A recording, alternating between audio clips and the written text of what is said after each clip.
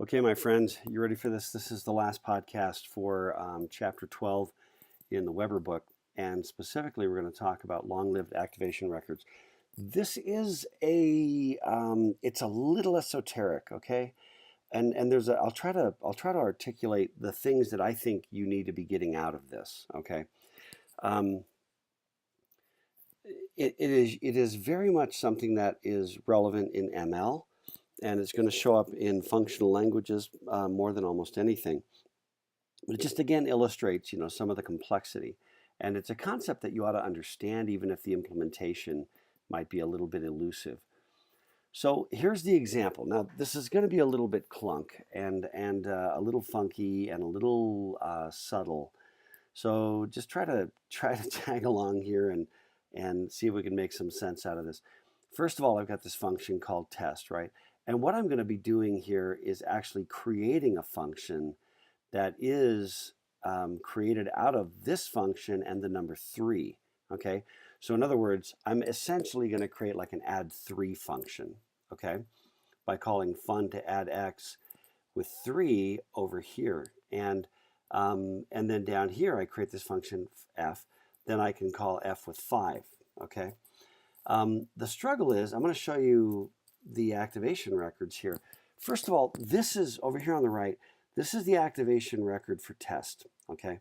And the really critical thing here is that you see F, which is that guy right there, which is part of the activation record for test, right? The struggle here, what's going to happen here, and this is the inherent nature of the struggle. I'm going to create a function right here in this line inside test. Then that function is going to have its capability and functionality down here in fun to add x, okay? But what do I do when I go to do this thing and then fun to add x goes away, but f is defined in terms of it?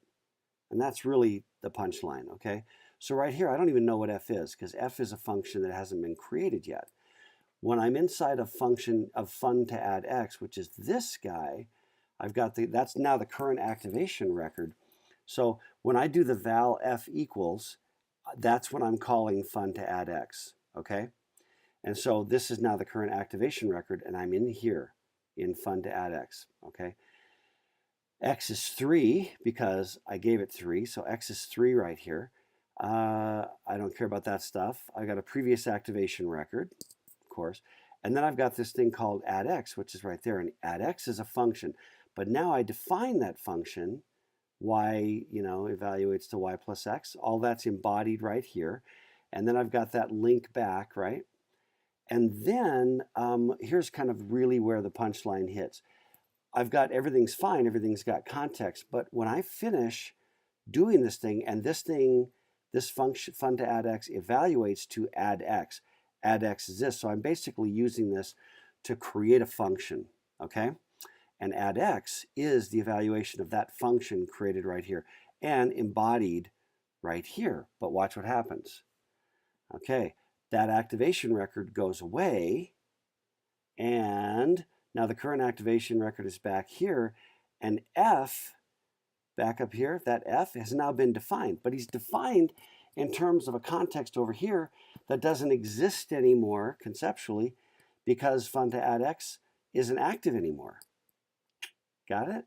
So that's the problem. So I've got to be able to hang on to this function that was created inside of fun to add x, even though fun to add x isn't active, therefore his activation record isn't alive anymore. So what you see here is he goes away, but I've got to hang on to that idea, okay? And so that's the notion of a long-lived activation record where I've got to extend the life of that chunk so that when I get outside of it, I've still got it. And I think what you can probably see is how very focused on a functional programming environment this example is, where it's a relevant issue because I'm inside some function, and when I'm inside that function, I'm creating a function within the context of that activation record, but I'm now going to go away and and I'm not going to have the function anymore unless I hold on to it somewhere somehow. So that's the idea. And then this is sort of, again, a reiteration of what we just talked about. When test calls f, the function uses its nesting link to access x, right? Which is in here. There's x, and it uses, when I'm at this x, I'm working my way back. And that's a link to an activation record for an activation that's already finished. Again, we back up here, right? There's X right there, bound to 3, and this thing's all finished. So if I deallocate that activation record when the function returns, then I'm toast. I can't do that function, that behavior. And as you can see, a very significant part of the value of functional programming goes away unless I solve that problem. So what I do in ML and other languages like that is basically I don't allocate and deallocate activation records on the stack.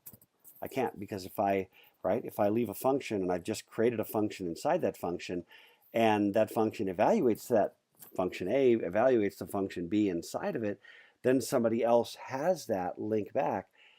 The context goes away, I pop the stack, it's gone. And so I can't, bottom line is I just can't do that. And so, I can't deallocate it. And that's really the bottom line, right? And we're going to talk more when we get to chapter 14 and we talk about garbage collection. So here's kind of our wrap up, last 2 slides of this whole podcast series on memory for variables. The more sophisticated the language, the harder it is, right, to bind activation specific variables to memory locations. It just, you can double back and say, oh, we're going to be Fortran and COBOL. No recursion, one activation record at a time. Or you could say only simple stack allocation. Therefore, no nested functions. Well, remember, even in Pascal, we had nested functions. And so, like C, I can limit myself. And that's one solution, is just to say, I'm going to make a language. Building these compilers and interpreters is too hard. Therefore, I will just not permit it.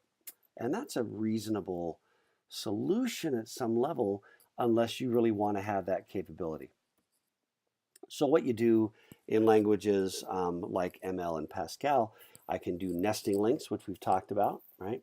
And that's for languages that use nested functions. And in those situations, the function value has to include code and the nesting link, right?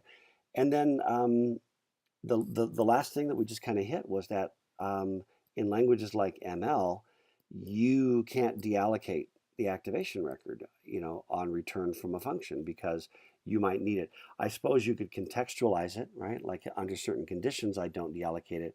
Under other conditions, I do. And you could know what those are. That's one approach. But anyway, you kind of see that there's a tremendous amount of grunge kind of underneath the covers when you get to actually implementing all this sort of thing.